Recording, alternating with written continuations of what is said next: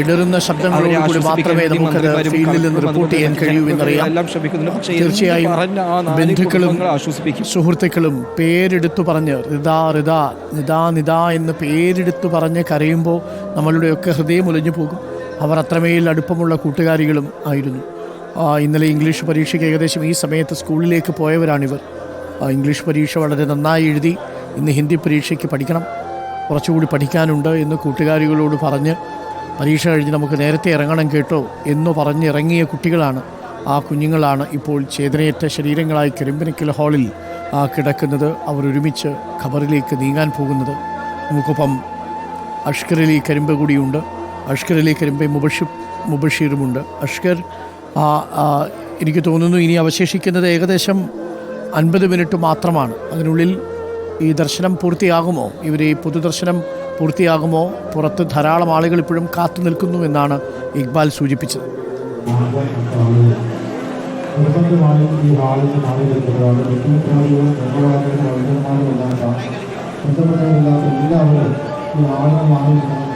അരുൺ 10 മണിക്ക് തന്നെ കൃത്യമായി ഇവിടെ നിന്നും പള്ളിയിലേക്ക് തുപ്രാട് ജുമാ മസ്ജിദിലേക്ക് 4 പേരുടെയും മൃതദേഹം കൊണ്ടുപോകാനാണ് ഇപ്പോൾ കുടുംബങ്ങളും നാട്ടുകാരും ചേർന്ന് തീരുമാനിച്ചിരിക്കുന്നത്.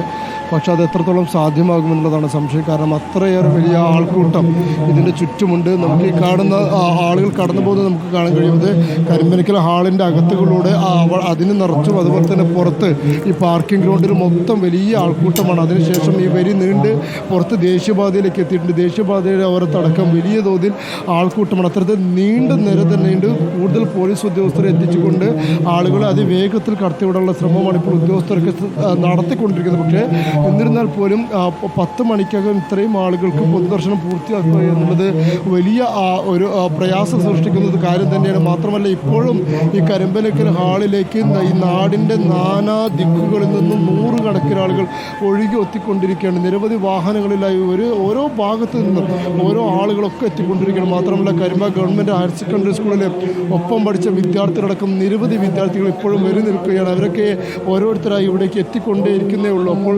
ഇത്രയേറെ വിദ്യാർത്ഥികൾക്കും ആളുകൾക്കുമൊക്കെ ഈ ചുരുങ്ങിയ സമയത്തിനുള്ളിൽ കണ്ടു തീർക്കുക, അവർക്ക് അവസാനമായിട്ടൊന്ന് കാണാൻ കഴിയുക എന്നതുപോലും വലിയ പ്രയാസമാണ് എന്നുള്ളതാണ്. പക്ഷേ നിശ്ചയിച്ച സമയത്ത് തന്നെ അതുമായി ബന്ധപ്പെട്ട കാര്യങ്ങൾ നടക്കുമെന്നാണ് ഇപ്പോൾ കുടുംബാംഗങ്ങളൊക്കെ അറിയിക്കുന്നത്. കാരണം ജുമ നമസ്കാരത്തിന് മുമ്പായി തന്നെ സംസ്കാര ചടങ്ങുകൾ പൂർത്തിയാക്കാനാണ് ഇപ്പോൾ കുടുംബങ്ങളൊക്കെ തീരുമാനിച്ചിരിക്കുന്നത്. അതുകൊണ്ട് അതിന് കൃത്യം 8 മണിക്ക് തന്നെ വീടുകളിൽ നിന്നും മൃതദേഹം ഈ പൊതുദർശന ഹാളിലേക്ക് എത്തിച്ചത് പോലും അതുകൊണ്ട് തന്നെയാണ്. കുടുംബക്കാരൊക്കെ പിന്നീട് ഇവിടേക്ക് വരികയാണ് ചെയ്തിരിക്കുന്നത്.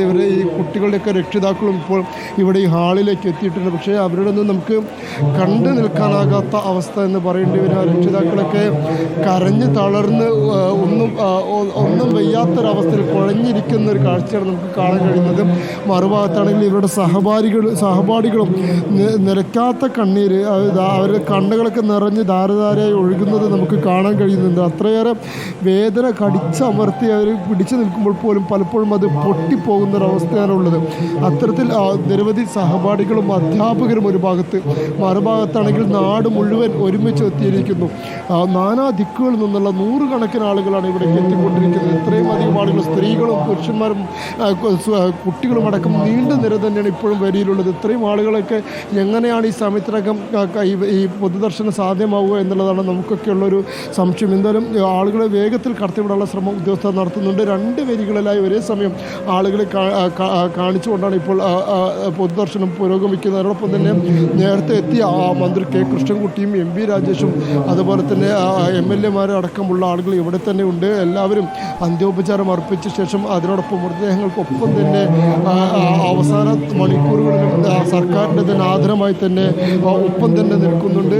മറുഭാഗത്തിൽ രക്ഷിതാക്കളുമുണ്ട്. എല്ലാവരുടെയും കാണാനെത്തുന്ന ഓരോ മനുഷ്യരുടെ മുഖവും ഇത്തരത്തിൽ കണ്ണ് നിറഞ്ഞുകൊണ്ട് മുഖം പൊത്തിപ്പിടിച്ചുകൊണ്ട് പൊട്ടിക്കരഞ്ഞുകൊണ്ടൊക്കെ പോകുന്ന കാഴ്ചകളാണ്. പലരും നിയന്ത്രണം വിട്ടു പോകുന്ന കാഴ്ചകളാണിത്.